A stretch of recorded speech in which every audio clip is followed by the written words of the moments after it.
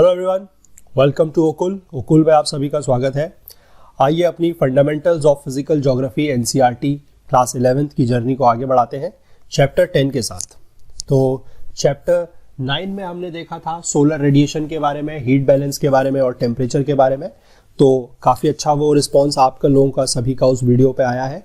तो अगर आप लोगों को उस वीडियो से रिलेटेड कोई भी अगर क्वेरी है तो आप हमसे पूछ सकते हैं, ठीक है। तो इस चैप्टर में हम पढ़ेंगे एटमॉस्फेरिक सर्कुलेशन के बारे में और वेदर सिस्टम्स के बारे में। तो ये वीडियो भी थोड़ा सा बड़ा होगा, मतलब ये चैप्टर जो है थोड़ा सा बड़ा है, तो इसको भी हम मल्टीपल पार्ट्स में लेके चलेंगे। तो आइए पार्ट 1 से स्टार्ट करते हैं, देखते हैं इसमें क्या है।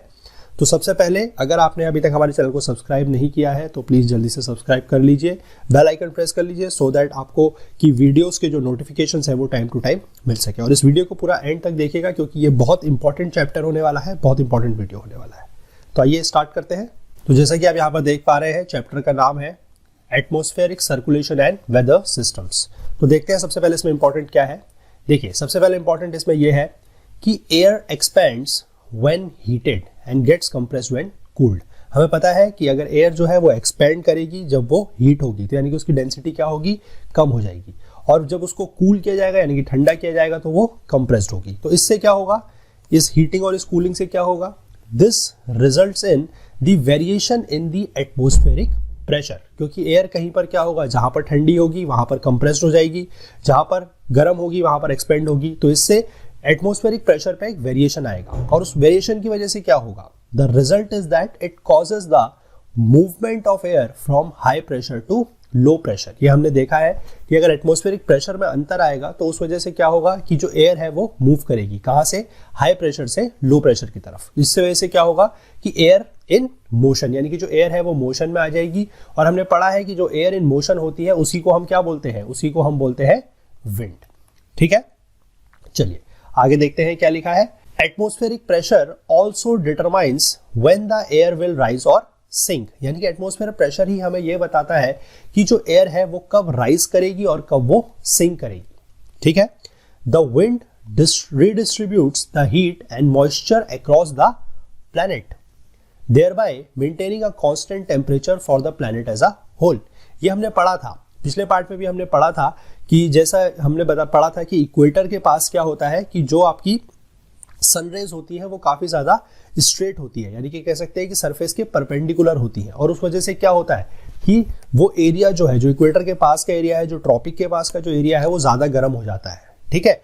और उस वजह से क्या होता है, वहां पर हमने देखा था कि जो हमारा इंसोलेशन के बारे में हम पढ़ रहे थे, कि जो हम इंसोलेशन के बारे में वहां पर पढ़ रहे थे कि जो हीट बजट होता है वो सरप्लस हीट बजट होता है ना। और जो पोल्स की तरफ पर होता है वहां पर जो सनरेज है वो काफी ज्यादा स्लांट होती है, तो वहां पर जो हीट बजट होता है वो डेफिसिट होता है। और उसी की वजह से क्या होता है कि जो हीट है वो रिडिस्ट्रीब्यूट होती है from the equator towards the poles. और ये रिडिस्ट्रीब्यूशन ऑफ हीट के लिए कौन रिस्पॉन्सिबल है, इसके लिए रिस्पॉन्सिबल है विंड, ठीक है। आगे देखिए, the vertical rising of moist air cools it down to form the clouds and bring precipitation. जो हमारी वर्टिकल राइजिंग होगी, क्योंकि क्या होगा, जिस समय एयर जो है वो गर्म होगी वो एक्सपेंड करेगी तो वो ऊपर की तरफ को जाएगी। तो जैसे जैसे एल्टीट्यूड ऊपर की तरफ को बढ़ेगा, हाइट ऊपर की तरफ को बढ़ेगी, तो वो कूल डाउन हो जाएगी, ठंडी हो जाएगी और उससे क्या बनेंगे, क्लाउड्स बनेंगे। और उससे फिर क्या होगा, प्रेसिपिटेशन होगा, यानी कि वो जो क्लाउड्स हैं वो आपके फिर प्रेसिपिटेट करेंगे either in the form of rain और स्नो, ठीक है, डिपेंडिंग अपॉन योर टेम्परेचर। चलिए आगे देखते हैं आगे क्या लिखा हुआ है। आगे हम पढ़ लेते हैं एटमॉस्फेरिक प्रेशर के बारे में। The weight of a column of air contained in a unit area from the mean sea level to the top of the atmosphere is called atmospheric pressure। हम पढ़ते आए हैं कि एटमॉस्फेरिक प्रेशर होता है, ठीक है। तो एटमॉस्फेरिक प्रेशर क्या होता है कि जितना भी हमारा एक यूनिट एरिया के ऊपर अगर हम बात करें तो यूनिट एरिया के ऊपर जितना भी कॉलम ऑफ एयर है उसका जो वेट है, ठीक है, कहां से, from the mean sea level से लेकर to the top of the atmosphere, उसी को बोला जाता है एटमॉस्फेरिक प्रेशर। यानी कि जो वेट ऑफ दैट कॉलम है per unit area, that is your atmospheric pressure. और इसको हम कैसे मेजर करते हैं, the atmospheric pressure is expressed in terms of millibar, ठीक है। तो सी लेवल पर ये जो एवरेज एटमॉस्फेरिक प्रेशर है दैट इज 1013.2 मिलीबार, ठीक है। और ग्रेविटी की वजह से, यानी कि ग्रेविटी फोर्स आपको पता है जो नीचे की तरफ को एक्ट करता है, सेंटर ऑफ द अर्थ की तरफ को एक्ट करता है, तो due to gravity the air at the surface is denser, ठीक है। सरफेस के पास की जो एयर होती है उसका डेंसिटी ज्यादा होती है, वो डेंस होती है, इसलिए उसका प्रेशर क्या होता है, ज्यादा होता है। और जैसे जैसे हम ऊपर की तरफ को बढ़ेंगे वो प्रेशर क्या होता जाएगा, कम होता जाएगा, ठीक है। और जो एटमॉस्फेरिक प्रेशर है इसको मेजर किया जाता है किसकी मदद से, with the help of a mercury barometer और एन एनोरॉइड बैरोमीटर, ठीक है।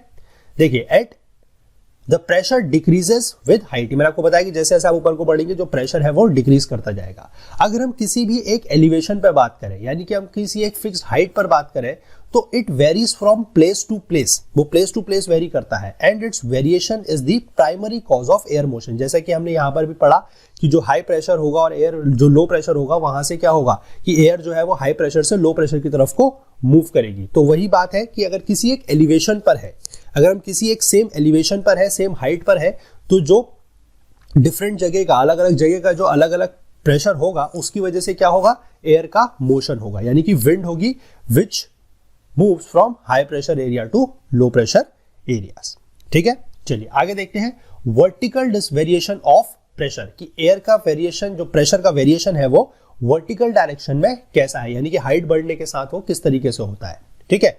In the lower atmosphere the pressure decreases rapidly with height, यानी कि जो लोअर एटमोस्फेयर है वो, उस पर क्या होता है कि जैसे जैसे हम ऊपर की तरफ को बढ़ते हैं तो हाइट बढ़ने के साथ साथ जो प्रेशर है वो रैपिडली डिक्रीज करता है, यानी कि वो जल्दी डिक्रीज करता है, ठीक है।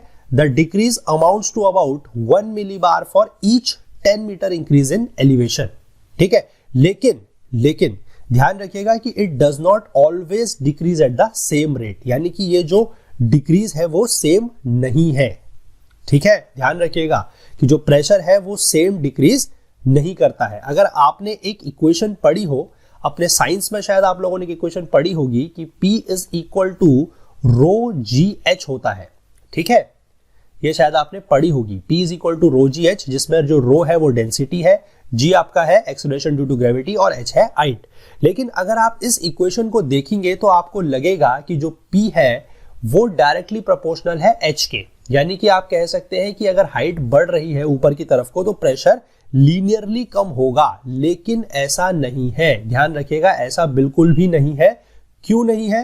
क्योंकि यहां पर एक रोल प्ले करती है डेंसिटी भी, और आपको पता है कि जो डेंसिटी ऑफ एयर है वो आपकी हाइट के साथ कांस्टेंट नहीं रहती है। तो इसलिए यहां पर ध्यान रखिएगा कि जो प्रेशर है वो हाइट के साथ, हाइट बढ़ने के साथ साथ, अगर आप नीचे सरफेस ऑफ द अर्थ से हाइट पे जा रहे हैं तो प्रेशर कम हो रहा है, लेकिन जो डिक्रीज है वो सेम रेट पर नहीं है। ये अच्छे से आप बात को समझ के रखिएगा, ठीक है। देखिए यहां पर एक टेबल भी दी गई है, इस पर अलग अलग लेवल दिए गए हैं और प्रेशर दिया गया है। तो देखिए सी लेवल पर जो प्रेशर है वो इतना दिया गया है 1013.25 मिलीबार, टेम्परेचर है 15.2 डिग्री सेल्सियस। इसी तरीके से आप 1 किलोमीटर की हाइट पर जाएंगे तो आपका प्रेशर हो गया है 898.76 मिलीबार और 8.7 डिग्री का टेम्परेचर, ठीक है। तो इसी तरीके से ये जो वेरिएशन है आप देख सकते हैं कि हाइट जो है वो 1 किलोमीटर से 5 किलोमीटर से 10 किलोमीटर हो रही है, लेकिन ये जो वेरिएशन है वो एक कांस्टेंट वेरिएशन नहीं है या कांस्टेंट डिक्रीज नहीं है, ठीक है। चलिए आगे देखते हैं।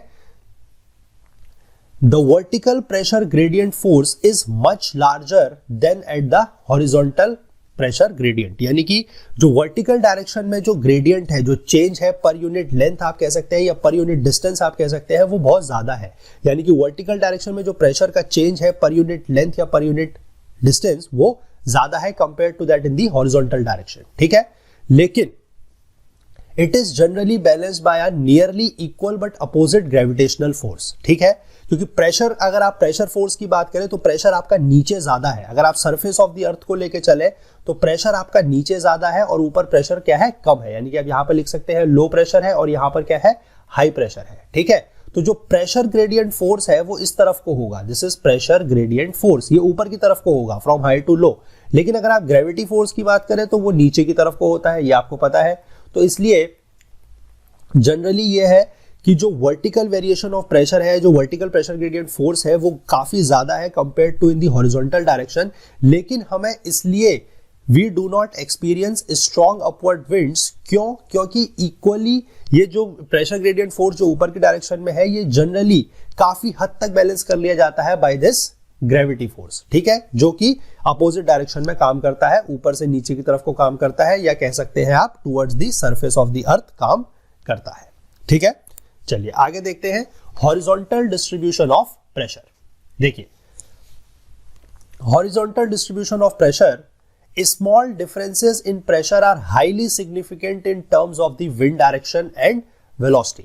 आपको पता है कि विंड जो है वो हाई प्रेशर से लो प्रेशर की तरफ को जाती है, और अगर थोड़ा सा भी वेरिएशन होगा, स्मॉल डिफरेंस भी अगर होगा प्रेशर में, तो वो काफी ज्यादा सिग्निफिकेंट है। किसके लिए? विंड की डायरेक्शन के लिए और विंड की वेलोसिटी के लिए, ठीक है। Horizontal distribution of pressure is studied by drawing the isobars at constant levels, ठीक है। पिछले चैप्टर में हमने एक टर्म पढ़ा था आइसोथर्म, यानी कि वो ऐसी जगह को जोड़ने वाली लाइन होती है जहां पर सेम टेम्परेचर होता है। उसी तरीके से isobars is the line joining those places which have equal temperature, equal pressure और सेम प्रेशर, ठीक है। लेकिन अब यहां पर एक चीज का ध्यान रखिएगा, एक पॉइंट और लिखा गया है एट कांस्टेंट लेवल्स, यानी कि लेवल सेम होना चाहिए, ठीक है। Isobars are line connecting places having equal pressure, ये मैंने आपको बताया अभी, in order to eliminate the effect of altitude on pressure, क्योंकि प्रेशर आपको पता है कि हाइट के साथ भी चेंज करता है, एल्टीट्यूड के साथ भी चेंज करता है। इसीलिए it is measured at any station after being reduced to sea level for the purpose of comparison. समझ गए? इस चीज को आप समझ गए। The sea level pressure distribution is shown on weather maps. समझ गए आप? मान लीजिए आपको ये दो प्लेसेस है, सपोज करिए एक प्लेस ये है ए और एक प्लेस ये है बी। अब आपको इन दोनों के बीच का प्रेशर ग्रेडियंट नापना है। सपोज करिए ये आपका सी लेवल है, ठीक है, ए पॉइंट आपका सी लेवल पर है और बी आपका सी लेवल से कुछ ऊपर है। अब आपको इन दोनों के बीच का प्रेशर ग्रेडियंट नापना है, या आप कह सकते हैं कि आपको इनके बीच का हॉरिजॉन्टल डिस्ट्रीब्यूशन ऑफ प्रेशर चाहिए। तो आप क्या करेंगे, सीधे सीधे ए पर प्रेशर और बी पर प्रेशर नाप के आप इन दोनों का डिफरेंस नहीं निकाल सकते। पहले आपको बी का जितना प्रेशर है उसको आपको लेके आना पड़ेगा यहां पर, ठीक है, समझ गए? यानी कि बी का जो प्रेशर इस हाइट पर है, पहले आपको उसको चेंज करना पड़ेगा, कन्वर्ट करना पड़ेगा to the pressure of be at the sea level. उसके बाद आप उन दोनों पॉइंट को, ए और बी पॉइंट को, फिर आप क्या कर सकते हैं, फिर आप उन ए और बी पॉइंट को के प्रेशर डिफरेंस को आप फिर मेजर कर सकते हैं। तब आपको पता लगेगा कि कौन सा पॉइंट हाई प्रेशर पर है और कौन सा पॉइंट लो प्रेशर पर है, ठीक है।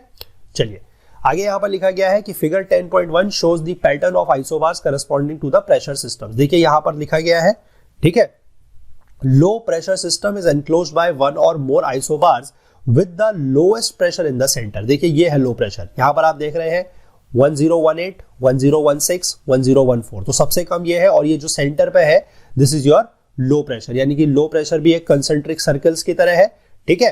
वन और मोर आइसोबार्स कह सकते हैं ये कंसेंट्रिक सर्कल्स की तरह बन रहे हैं, और लोएस्ट प्रेशर कहां पर है, एट द सेंटर। उसी तरीके से अगर आप यहां से बाहर की तरफ को जाएंगे तो ये देखिए वैल्यू 1018 थी, ये 1020 हो गई, यानी कि ये प्रेशर बढ़ रहा है। तो हाई प्रेशर सिस्टम में भी एक तरीके से आप कह सकते हैं कि the high pressure area is also enclosed by one or more isobars, लेकिन highest pressure in the centre. इसमें हाईएस्ट प्रेशर होगा कहां पर, सेंटर में, ठीक है। चलिए आगे देखते हैं world distribution of sea level pressure. जैसे हमने पिछले चैप्टर में पढ़ा था टेम्परेचर का डिस्ट्रीब्यूशन, यहां पर हम पढ़ेंगे प्रेशर का डिस्ट्रीब्यूशन, ठीक है। तो world distribution of sea level pressure, the world distribution of sea level pressure in January and July has been shown in the figures 10.2 and 10.3। यहां पर यह चीज दी गई है, ठीक है। देखिए near the equator the sea level pressure is low, ठीक है। इक्वेटर पर सी लेवल प्रेशर जो है वो कम होता है, and the area is known as equatorial low. इसको आप याद रख सकते हैं या इसको समझ भी सकते हैं कि इक्वेटर पर क्या होता है। देखिए इक्वेटर पर आपको पता है कि इक्वेटर पर सनरेज कैसी होती है, स्ट्रेट होती है, ठीक है। सनरेज कैसी होती है, स्ट्रेट होती है। स्ट्रेट होने की वजह से वो प्लेस कैसी होती है, एरिया कैसा होता है, हॉट होता है, एरिया इज हॉटर। और जहां पर एरिया हॉट होगा वहां पर एयर क्या हो जाएगी, हल्की हो जाएगी और राइज करेगी। तो जहां पर एयर राइज करती है वहां पर आपको पता है कि कैसा एरिया होता है, लो प्रेशर, ठीक है, लो प्रेशर होता है। इसलिए उस रीजन को बोला जाता है इक्वेटोरियल लो, ठीक है। Along 30 degree north and 30 degree south latitudes are found the high pressure areas known as the subtropical high. 30 degree north और 30 डिग्री साउथ के पास जो एरिया है उसको बोला जाता है हाई प्रेशर यानी कि सब ट्रॉपिकल हाई, वहां पर हाई प्रेशर होता है। फिर आप पोल की तरफ को जाएंगे along 60 degree north and 60 degree south, वहां पर फिर से लो प्रेशर होता है, बेल्ट्स, और उन लो प्रेशर बेल्ट्स को बोला जाता है सब पोलर लोज। ठीक है, अब नियर द पोल्स आप जाएंगे तो प्रेशर जो है वो फिर से हाई है, क्योंकि पोल्स पे आप देख सकते हैं कि बहुत ज्यादा ठंड होती है, और ठंड होने की वजह से क्या होता है कि जो एयर है वो कंप्रेस हो जाती है, और वहां पर क्या होता है कि प्रेशर बहुत ज्यादा होता है, इसलिए उसको बोला जाता है पोलर हाइज। ठीक है, लेकिन ये जो प्रेशर बेल्ट्स है ये परमानेंट नहीं होती है। अब ये परमानेंट क्यों नहीं होती है? क्योंकि आपको पता है कि जो अर्थ की पोजीशन है वो चेंज करती है। ठीक है, आपको पता है कि जो अर्थ की पोजीशन है वो चेंज करती है अराउंड द सन, तो उसकी वजह से क्या होता है कि जो ये एक तरीके से आप कह सकते हो कि जो ये एरियाज है ये थोड़ा सा ऑसिलेट करते हैं। ठीक है, they oscillate with the upper movement of the sun. तो in the northern hemisphere in winter they move southwards and in the summer they move northwards. ठीक है, समझ पाए? देखिए, अगर मैं आपको इसको समझाऊं, देखिए ये आपकी अर्थ की एक्सिस है, ठीक है, जिसके अराउंड अर्थ मूव करती है। ठीक, ये आपका सन है। देखिएगा, इसको समझिएगा थोड़ा सा। ये आपका नॉर्दर्न हेमिस्फीयर पोल है, ये साउथ पोल है। अब देखिए, ये इक्वेटर है। ठीक है, दिस इज योर इक्वेटर। अब देखिए, नॉर्थ हेमिस्फीयर जो है वो टुवर्ड्स द सन है, यानी कि नॉर्दर्न हेमिस्फीयर में ये क्या होगा? समर होगा। ठीक है, तो अगर हम अर्थ की पोजीशन, आप इसको इस तरफ से भी देख सकते हैं, मैं इसको दूसरी पोजीशन यहां पर दिखाता हूं। देखिए, सपोज करिए अगर ये हम एक हाइपोथेटिकल पोजीशन ऑफ द अर्थ लेके चल रहे हैं इस तरीके से कि ये नॉर्थ पोल है और ये साउथ पोल है, ये इक्वेटर है। ठीक है, अगर ऐसी पोजीशन होती है तो हमारी सनरेज इक्वेटर पे कैसी पड़ेगी? स्ट्रेट। ठीक है, लेकिन जब ये पोजीशन इस तरीके से हो गई है तो जो हमारी सनरेज इक्वेटर पे ऐसे पड़ रही थी, यानी कि इस तरीके से पड़ रही थी, अब वो कैसे पड़ रही है? देखिए, अब वो यहां पर पड़ रही है, यानी कि जो चीज हमारी पहले यहां पर पड़ रही थी अब वो यहां पर पड़ रही है। तो इसकी वजह से क्या होगा कि जो इफेक्ट पहले इक्वेटर पर हो रहा था वो अब थोड़ा सा नॉर्थ डायरेक्शन में होगा। समझ गए? और ये कब हो रहा है? जब नॉर्दर्न हेमिस्फीयर में क्या है? जब नॉर्दर्न हेमिस्फीयर में है समर। समझ पाए?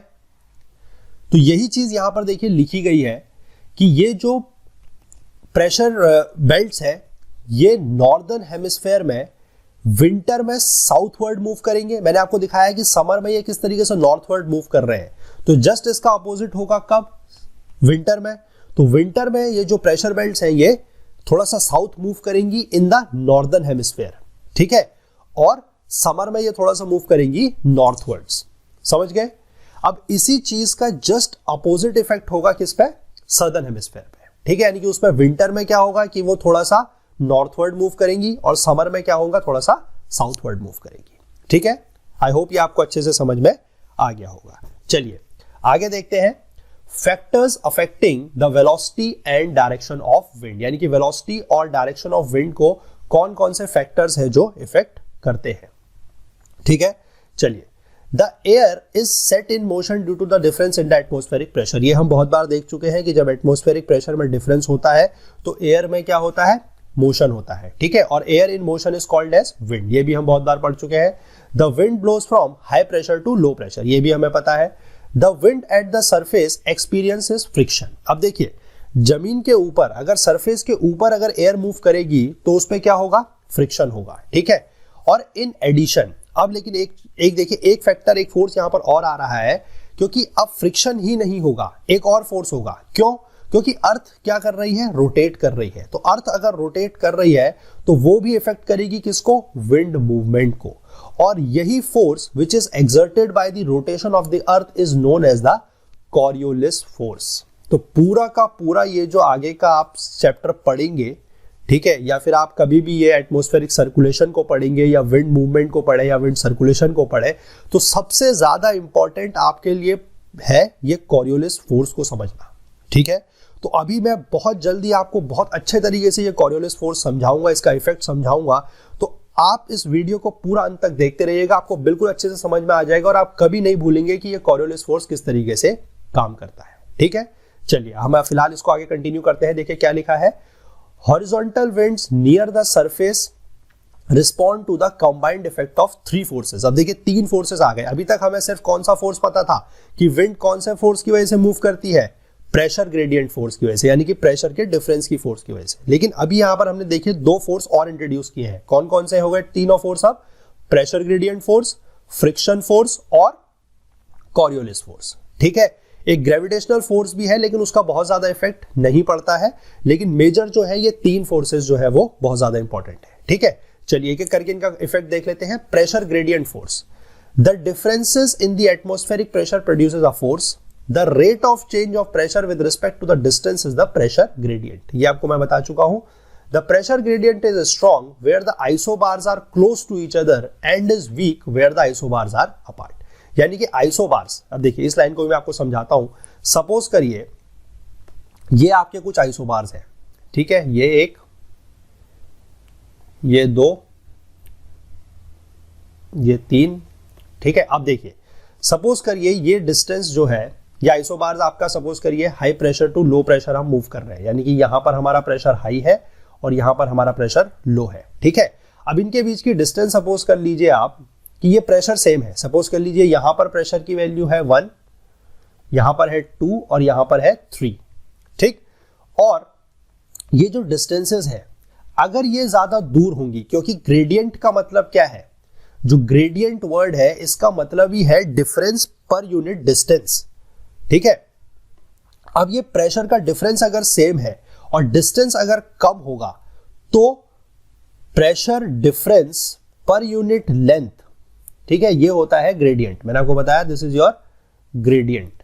अब अगर प्रेशर डिफरेंस सेम है, ये पार्ट अगर सेम है और लेंथ अगर आपकी कम है, लेंथ अगर आपकी कम है तो प्रेशर ग्रेडियंट क्या होगा, ज्यादा हो जाएगा। और लेंथ कम होने का मतलब क्या है, मैं कौन सी लेंथ की बात कर रहा हूं, ये लेंथ या फिर डिस्टेंस बिटवीन 2 आइसोबार्स अगर वो कम है तो वहां पर क्या होगा, प्रेशर ग्रेडियंट बढ़ जाएगा। यही यहां पर लिखा गया, देखिए pressure gradient is strong where isobars are close, और वहां पर वीक होगा जहां पर आइसोबार्स आर अपार्ट। यानी कि आइसोबार जितना ज्यादा दूर होंगे उतनी ज्यादा ये लेंथ या डिस्टेंस क्या होगी, कम होगी, और सॉरी ज्यादा होगी। अगर ये अपार्ट होंगे तो ज्यादा होगी और उससे प्रेशर ग्रेडियंट क्या हो जाएगा, कम हो जाएगा। ठीक है, चलिए आगे देखते हैं। अगला force, friction force. Friction force it affects the speed of the wind. ये विंड की स्पीड को इफेक्ट करता है। It is greatest at the surface, ये सरफेस पर सबसे ज्यादा होता है, और its influence generally extends up to an elevation of 1 to 3 kilometre. यानी कि जो इसका इफेक्ट है वो 1 से 3 किलोमीटर की हाइट तक होता है। उसके ऊपर अगर आप चले जाए तो फ्रिक्शन का इफेक्ट जो है वो फिर नलीफाई हो जाता है, या फिर आप कह सकते हैं कि नेग्लिजिबल हो जाता है। ठीक है, और over the see the surface the friction is minimal. यानी कि सरफेस, सी सरफेस के ऊपर, यानी कि पानी की सतह के ऊपर जो फ्रिक्शन का फोर्स है वो बहुत ही कम होता है। ठीक है, अब हम आ रहे हैं कॉरियोलिस फोर्स के ऊपर, जो कि बहुत ज्यादा इंपॉर्टेंट है। ठीक है, चलिए हम इसको देखते हैं। कॉरियोलिस फोर्स को हम थोड़ा सा अच्छे से समझेंगे, उसके लिए हम इस पीपीटी को देखते हैं। कॉरियोलिस फोर्स को समझने के लिए, the rotation of the earth about its axis effects the direction of the wind. यही चीज मैंने आपको समझाई है कि जो अर्थ का रोटेशन है अबाउट इट एक्सिस वो विंड की डायरेक्शन को इफेक्ट करता है, और इस फोर्स को कहा जाता है द कॉरियोलिस फोर्स। ठीक है, after the French scientific physicist who described it in 1844। 1844 में एक फ्रेंच फिजिसिस्ट थे जिन्होंने इसको डिस्क्राइब किया था, उन्हीं के नाम पर इसका नाम पड़ा है फोर्स का, that is your Coriolis force. ठीक है, अब यहां पर कुछ चीजें और लिखी गई हैं, देखिए कि it deflects the wind to the right direction in the northern hemisphere and to the left in the southern hemisphere. अब आपके पास एक ऑप्शन है, या तो आप इस लाइन को हूबहू ऐसे ही रट लें, ठीक है, मगअप कर लें, रट लें, या फिर आपके पास एक ऑप्शन और है कि आप इस वीडियो को देखें और समझें कि इस लाइन का मतलब क्या है। ठीक है, उससे पहले, उस चीज को समझाने से पहले मैं थोड़ा सा आपको और डीप में ले चलूंगा। ठीक है, थोड़ा हम कंसेप्ट समझेंगे। देखिए ये हमारी अर्थ है, ठीक है, थोड़ा देर के लिए हम इसको इस तरीके से लेके चलेंगे। ठीक है, ये हमारा नॉर्थ पोल है और ये हमारा साउथ पोल है। ठीक, हम मान के चलेंगे ये हमारा इक्वेटर है। ठीक है, दिस इज अवर इक्वेटर। बड़े ध्यान से देखिएगा, बहुत इंपॉर्टेंट पार्ट है। अर्थ मूव करेगी, ये हमारा ईस्ट साइड है, ठीक है, और ये हमारा वेस्ट साइड है, ठीक है। अर्थ कैसे मूव करती है? It moves from west to east. अगर मैं आपको दिखाऊं इसका मूवमेंट तो देखिए, ये देखिए इस तरीके से मूवमेंट होगा अर्थ का, समझ पा रहे हैं? फ्रॉम वेस्ट टूवर्ड्स ईस्ट, समझ पाए? ठीक है। अब देखिए इक्वेटर का जो एरिया है वो हमें पता है कि वो हॉट होता है, यानी कि वहां पर क्या होता है कि टेम्परेचर ज्यादा होता है तो वो हॉट होता है, ठीक है। और पोल्स का जो एरिया होता है वो थोड़ा सा ठंडा होता है, वो कोल्ड होता है, ठीक। तो जनरली हमारा जो प्रेशर ग्रेडियंट फोर्स होगा वो इस डायरेक्शन में मूव करेगा, यानी कि from the equator towards the poles. This is your pressure gradient force, ठीक है।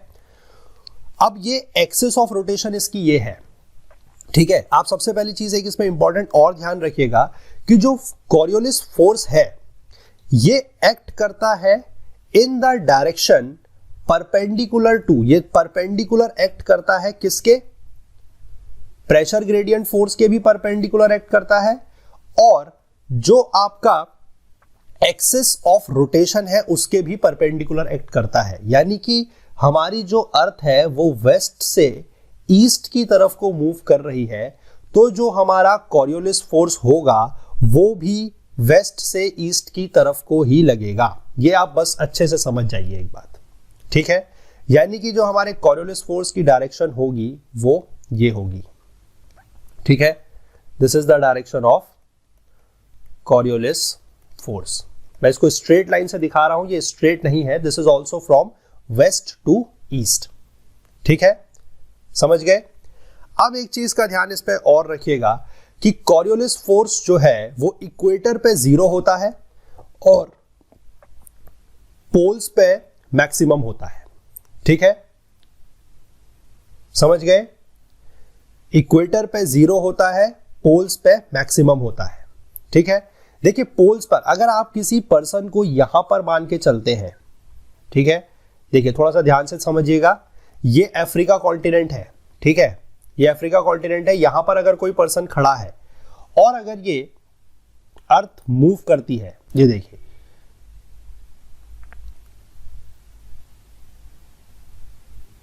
तो हाफ रोटेशन के बाद लगभग वो पर्सन अगर ये घूम के इधर आएगा तो आप समझ सकते हैं कि ये जो एरिया है अफ्रीका वाला ये इधर की तरफ पे आ जाएगा, तो पर्सन यहां पहुंच चुका होगा हाफ रोटेशन के बाद। लेकिन अगर कोई पर्सन पोल पर है, सपोज करिए नॉर्थ पोल पर है या साउथ पोल पर है, तो वो सिर्फ घूमेगा, समझ पाए आप। अगर ये अर्थ हाफ रोटेशन लेती है तो अगर वो पीछे की तरफ को उसका फेस था तो अब उसका फेस आपकी तरफ को हो गया होगा, ठीक है। लेकिन यहां पर क्या होगा कि वो पर्सन जो है वो उसका कहीं को भी कुछ डायरेक्शन चेंज नहीं होगा, बट वो यहां से यहां पहुंच गया होगा, यानी कि उसने जो मैक्सिमम डिस्टेंस कवर किया होगा अलोंग द इक्वेटर। और अगर वो नॉर्थ पे होता तो उसका जो डिस्टेंस था वो क्या होता? 0, ठीक है, क्योंकि उसने कोई डिस्टेंस कवर नहीं करा है। और वेलोसिटी हमें पता है क्या होती है, it is distance upon time, ठीक है। अब टाइम जो है देखिए वो कांस्टेंट है, जितनी देर में ये यहां से यहां पहुंचा होगा उतनी ही देर में ये टर्न हुआ है, ठीक है। तो टाइम अगर कांस्टेंट है और distance is maximum at the equator, तो वेलोसिटी कहां पर मैक्सिमम होगी? इक्वेटर पर, ठीक है। लेकिन ध्यान रखिएगा कि कॉरियोलिस फोर्स जो है वो 0 होता है एट द इक्वेटर पे, क्योंकि कॉरियोलिस फोर्स जो है वो बेसिकली आपका एक साइन का फंक्शन है ऑफ द लैटिट्यूड के साथ, ठीक है। ये आपके एनसीईआरटी में मेंशन नहीं है पर मैं फिर भी आपको बता रहा हूं कि यहां से आपको पता है कि जो लैटिट्यूड्स होते हैं वो किस तरीके से मेजर किए जाते हैं, इस तरीके से, ठीक है। सपोज करिए ये आपका क्या है? Tropic of Capricorn, sorry Tropic of Cancer है ये, ठीक है, जो कि आपका कितने एंगल पर है आपको पता है? 23.5 डिग्री नॉर्थ पर है, ठीक है।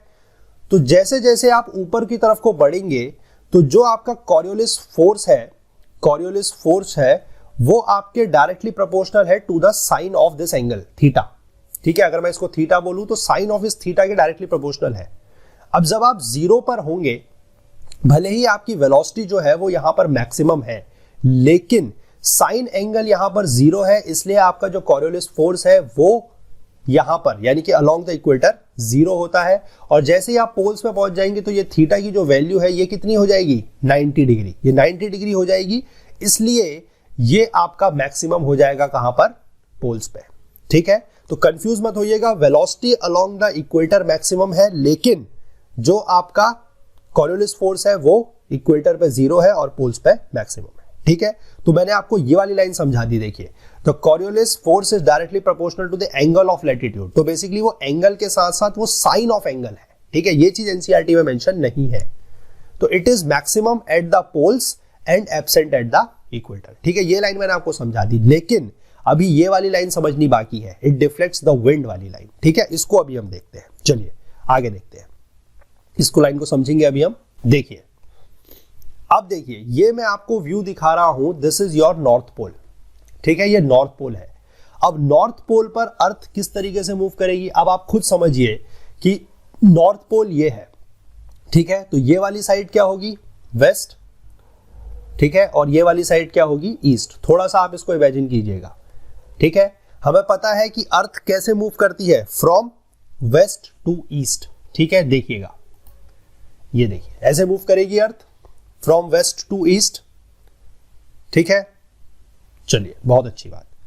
अब देखिए, ठीक है, अब देखिए यहां पर अगर कोई बंदा है, कोई पर्सन अगर यहां पर है, ठीक है, ये मैं मान के चल रहा हूं इक्वेटर, अगर वो एयर का कोई मास है, सपोज करिए this is your air mass. ठीक है, या सपोज करिए कोई यहां पर है। आपको मैं इसके लिए एक बहुत अच्छा एग्जांपल बताऊंगा, इसका प्रैक्टिकल एग्जांपल समझने के लिए। आपने देखा भी होगा, जिसको बोला जाता है, एक झूला होता है, एक स्विंग होता है, जिसको बोला जाता है मैरी गो राउंड। ठीक है, मैरी गो राउंड। ठीक, उसमें भी देखिए इस तरीके का होता है। सपोज करिए एक पर्सन यहां पर है, ठीक है,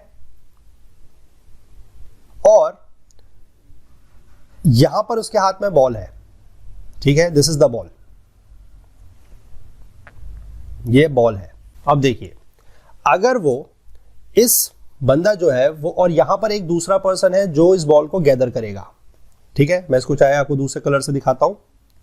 सपोज करिए ये एक पर्सन है जो बॉल को गैदर करेगा। ठीक है, अब अगर ये वाला पर्सन इस बॉल को इसकी तरफ को फेंकेगा, ठीक है, तो डायरेक्शन ऑफ बॉल तो ये है, यानी कि वेलोसिटी का ओरिजिनल, लेकिन क्योंकि अर्थ घूम रही है from the west towards the east, यानी कि इस डायरेक्शन में अर्थ जो है वो ट्रेवल कर रही है, ये मैंने आपको अभी बताया। तो यहां पर जो बॉल की वेलोसिटी होगी, यानी कि जो टेंजेंशियल वेलोसिटी होगी, वो किधर की तरफ को होगी, इस डायरेक्शन में। ठीक है, यानी कि अपेरेंट जो इन दोनों फोर्स की वजह से, ये तो ओरिजिनल वेलोसिटी है बॉल की, ठीक है, और ये क्या है, tangential velocity due to the rotation, यानी कि ये किसकी वजह से है, कॉरियोलिस फोर्स की वजह से। तो जो अपेरेंट मोशन होगा वो किधर की तरफ को होगा, इस तरफ को। समझ पाए? यानी कि जब ये वाला पर्सन, जब अर्थ घूम के इधर पहुंच जाएगा, ठीक है, अर्थ घूमेगी तो ये पर्सन यहां पहुंचेगा, और जो ये येलो वाला है वो कहां पर आएगा, वो भी इसी लाइन ऑफ एक्शन में, क्योंकि ये सेंटर से जो लाइन है वो यहां पर होगा। ठीक है, लेकिन ये जो बॉल है, ये बॉल उस समय पहुंच चुकी होगी यहां पर। तो यानी कि क्या होगा, आप खुद देखिए, होगा क्या कि इस बंदे को क्या लगेगा कि जो बॉल है वो इस डायरेक्शन में गई है। ठीक है, यानी कि ये सोर्स है, दिस इज द सोर्स जहां से बॉल आ रही है। बॉल को आप एयर मास से बाद में रिप्लेस कर सकते हैं। तो सोर्स से बॉल आ रही है, और वो सोर्स से किस डायरेक्शन में मूव हुई है, टुवर्ड्स दी राइट। समझ गए? यही लिखा गया है, it deflects the wind to the right direction in the northern hemisphere. ये नॉर्दर्न हेमिस्फीयर की हम बात कर रहे थे, और नॉर्दर्न हेमिस्फीयर में ये मूव कर रही है कहां को, टुवर्ड्स द राइट। ठीक है, समझ पाए? और इसी का जस्ट अपोजिट होगा इन द साउथ डायरेक्शन, वो भी मैं आपको दिखाता हूं, मतलब इन द साउदर्न हेमिस्फीयर, वो भी मैं आपको दिखाता हूं। देखिए, ये है सदर्न हेमिस्फीयर, ठीक है, this is the southern hemisphere. अब यहां पर क्या होगा, देखिए, तो ये आपका वेस्ट होगा, ठीक है, और ये आपका ईस्ट होगा। अब यहां पर देखिए अर्थ किस तरीके से मूवमेंट करेगी, आप देखेंगे कि अर्थ मूव करेगी इस डायरेक्शन में, देखिए, ठीक है।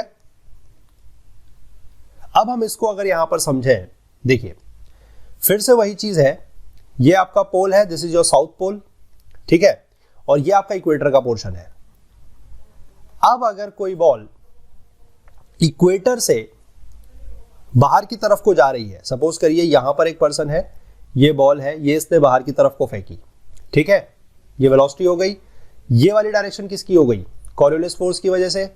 तो जो बॉल है, जब थोड़े समय के बाद ये वाला पर्सन जो है ये हल्के मूव करेगा, क्योंकि ये टुवर्ड्स द पोल है, हमने पढ़ा कि पोल पर वेलोसिटी क्या होती है, कम होती है, तो ये यहां पर होगा, ठीक है, और ये वाला जो पर्सन है वो यहां होगा, ठीक है, ये वाला जो पर्सन है वो यहां पर होगा, ठीक। तो बॉल कहां पर होगी, बॉल जो होगी वो कुछ इस डायरेक्शन में जाएगी, ठीक है, यानी कि आप बात करेंगे तो सोर्स से जो आ रही है वो टुवर्ड्स दी लेफ्ट जाएगी, ठीक है, क्योंकि ये जो पर्सन है ये ज्यादा आगे निकल चुका होगा, समझ पाए, ये जो पर्सन है ये ज्यादा आगे निकल चुका होगा क्योंकि इसकी वेलोसिटी ज्यादा है, और ये आपकी इस तरफ को मूव करेगी। यानी कि अगर आप इस पंदे की नजर से देखेंगे, ये अब आपका सोर्स बनता है, क्योंकि एयर यहां से आ रही है, तो सोर्स से अगर आप बात करते हैं तो from the source this is going towards the left, ठीक है, सोर्स से लेफ्ट को जा रही है, समझ पाए। तो इसीलिए इस पर लिखा गया है कि जो विंड को वो डिफ्लेक्ट करता है right direction in the northern hemisphere and to the left in the southern hemisphere, southern hemisphere में वो लेफ्ट की तरफ को डेविएट करता है, ठीक है, समझ गए आप। यहां पर ये चीजें लिखी गई है कि Coriolis force acts perpendicular to the pressure gradient force, ये मैं आपको समझा चुका हूं। Pressure gradient force is perpendicular and isobar, ये भी आपको पता है। The higher the pressure gradient force, more is the velocity of the wind and larger is the deflection in the direction of the wind, ठीक है। As a result of these two forces operating perpendicular to each other, in the lower pressure areas, the wind blows around it. At the equator, the Coriolis force is zero and the wind blows perpendicular to the isobars. ठीक है? The low pressure gets filled instead of getting intensified. यही reason है कि tropical cyclones जो है वो equator पे form नहीं करते हैं, क्योंकि ट्रॉपिकल साइक्लोन्स बेसिकली हम आगे जाके पढ़ेंगे कि फॉर्म होने के लिए राइज होना जरूरी है। और राइज कैसे होगा एयर का, जब आपका कॉरियोलिस फोर्स होगा, ठीक है। और अगर आप एग्जैक्ट इक्वेटर की बात करते हैं तो एग्जैक्ट इक्वेटर पर बेसिकली कॉरियोलिस फोर्स जीरो है, तो वहां पर मूवमेंट नहीं होगा, वहां पर राइज नहीं होगा, इसलिए वहां पर ट्रॉपिकल साइक्लोन्स जो है वो नहीं बनते हैं, ठीक है।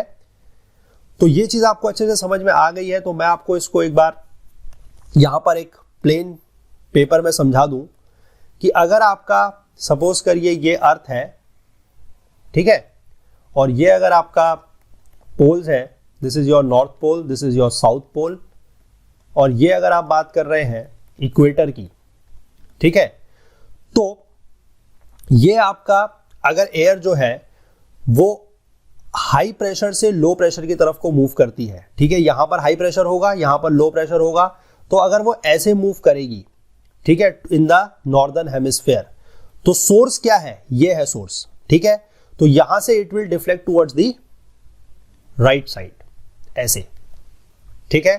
और अगर यहां मूव करेगी इन द सर्दर्न हेमिस्फीयर, तो ये आपका सोर्स है, अब वो ऐसे जानी चाहिए, लेकिन it will deflect towards the left side, ऐसे, ठीक है। इसका बहुत ज्यादा इंपॉर्टेंट रोल है, अभी जब आगे जाके हम general circulation of the atmosphere पढ़ेंगे।